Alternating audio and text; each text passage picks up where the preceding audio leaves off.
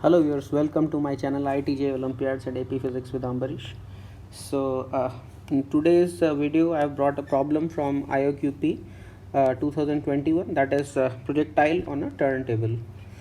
So what's the problem like? So we have a turntable over here.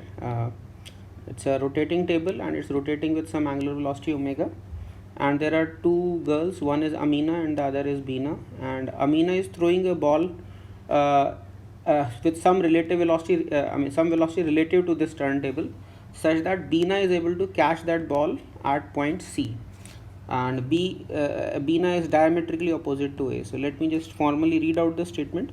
Amina and Beena are sitting at diametrically opposite points of a merry-go-round taking a circular disc in the horizontal plane of radius capital R, that is rotating at constant angular speed omega in the anti-clockwise direction.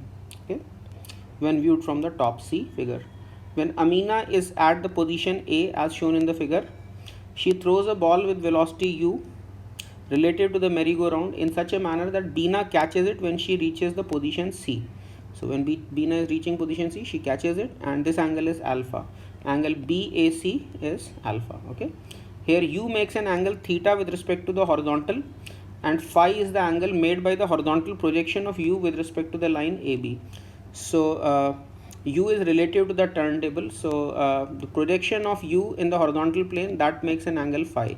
See, this will the point A will have point A of the turn under the point A, the turntable point will have a backward velocity, and therefore the ball will have to be launched at some angle phi. The projection has to be at some angle phi, and apart from that the ball will also be rising above the plane of the turntable, and the angle with the horizontal, that angle is given as theta. Okay, so that's what he means here. U makes an angle theta with respect to the horizontal, and phi is the angle made by the projection of horizontal projection of u, angle made by the horizontal projection of u with respect to the line AB. Okay, neglect air resistance, friction and effect of throwing the or catching the ball on the speed of the merry-go-round. Determine u, theta and phi in terms of r, omega and alpha. Okay, this r is given, omega is given, and alpha is given. Okay, and other relevant quantities. Also find the value of omega to minimize the value of u for alpha equal to 45 degrees. So I have tried to condense the language in short, because there were many parts to this problem, but I have caught the essence of the problem.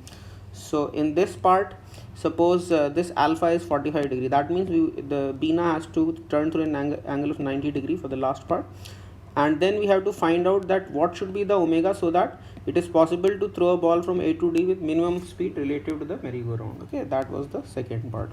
There were some other parts which were just like extensions of these parts and relatively easier, so I have not covered them here. So if you want, you can give it a try. The problem is on your screen right now, and I'll get into my analysis right away. If you want, you can have a look at my analysis after that. So let's see. Let UH be the horizontal component of velocity of the projectile. So I've shown here, see, let's say in the horizontal projection, if you see in the top view, the ball relative to the merry-go-round, it is thrown at some angle phi. This angle is phi, this dark blue angle that I've shown. And let us say this speed, this component of the speed is UH, H for horizontal. Okay, so UH be the horizontal component of the velocity of the projectile. Now time of flight must be same as the time taken for Beena to reach C.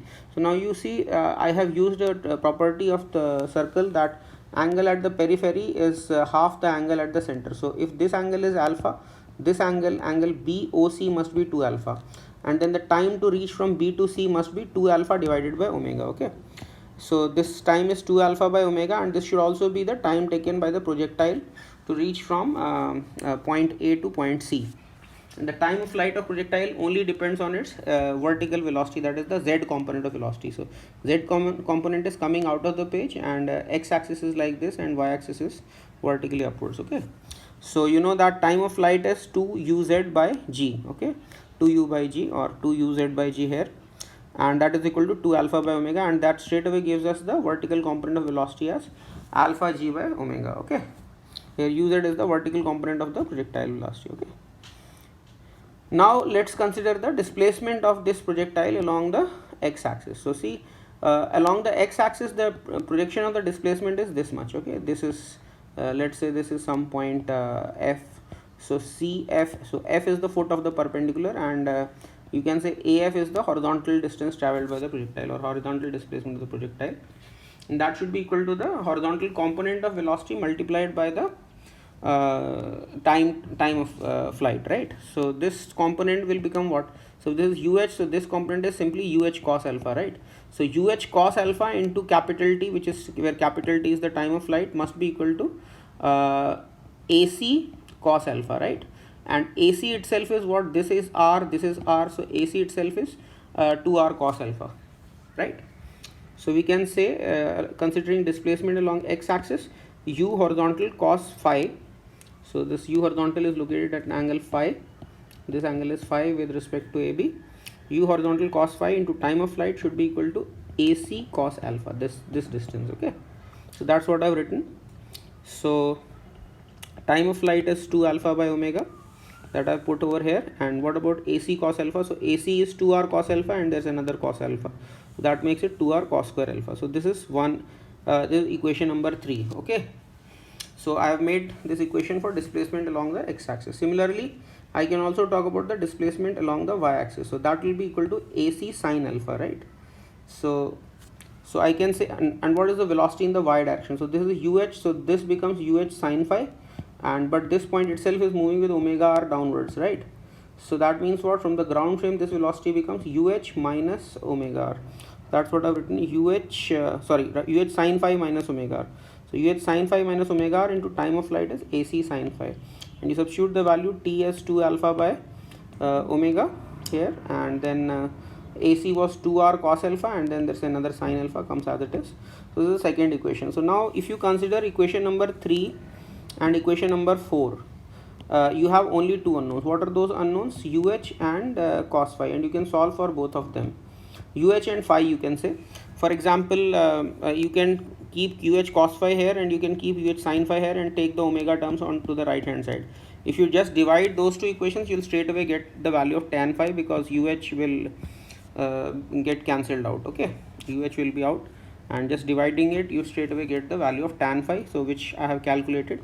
So tan phi, if you calculate from equation number 4 and equation 3, you get tan phi is tan alpha plus alpha sec square alpha. And also okay, so this is, and U horizontal, if you calculate U horizontal, will come out to be this expression, r omega by alpha into root of alpha square plus cos square alpha plus 2 alpha cos alpha sin alpha. This is what you get for U horizontal using the same equations 3 and 4, okay? And now what is the net speed? So net speed simply becomes horizontal component squared plus vertical component squared under root. So that if you calculate, this is what you get for the total launch speed of the projectile with respect to the merry-go-round, okay? And also we know that uz is nothing but total speed into sine theta. Why? Because the angle with horizontal was theta, so if u is like this, and so this becomes u sine theta, right? Which is nothing but uz, which we have already calculated. So uz is here, see, uz was calculated as alpha g by omega, okay? So we can just put it over here, alpha g by omega, and u we have found, so you get the value of sine theta. If you calculate, sine theta comes out to be this, and of course theta is sine inverse of this then, okay? So just sheer bulwark, a lot of bulwark in this problem. Its problem as such is not very difficult as far as conceptual things are concerned. From the concepts point of view, it's not a very difficult problem, but yes, it has got plenty of bulwark, so don't hesitate in doing bulwark, okay? And now for the last part. Actually in the problem it said that suppose this angle is 90 degree, but if this angle is 90 degree, this automatically becomes 45 degree. So that's what I stated directly in my problem. Suppose alpha is 45 degree, then and I want to reach point D with minimum possible speed, throwing speed from A, then what should be the value of omega? So now it's a simple calculus exercise. I have found u as a function of this alpha here. See, this u is a function of alpha.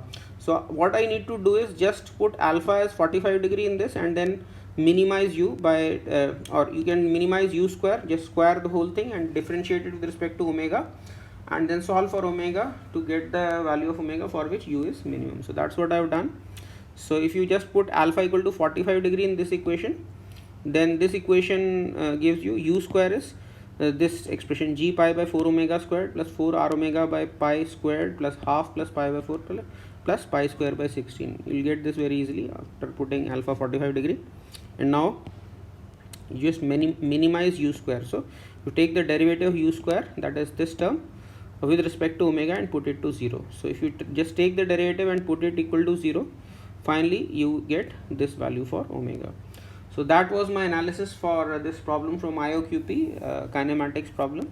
I hope you liked this analysis, and if you like this analysis, please do give a thumbs up to my video, and please share this video as much as possible in your friend circle with your with students who are preparing for JEE or Olympiads, and share it through WhatsApp groups or Telegram groups or whatever academic media networking media you use. And most importantly, if you have not already subscribed to my channel, please do subscribe to my channel. More awesome stuff will be coming shortly on my channel. And thanks a lot for watching this video, and I'll see you in the next one.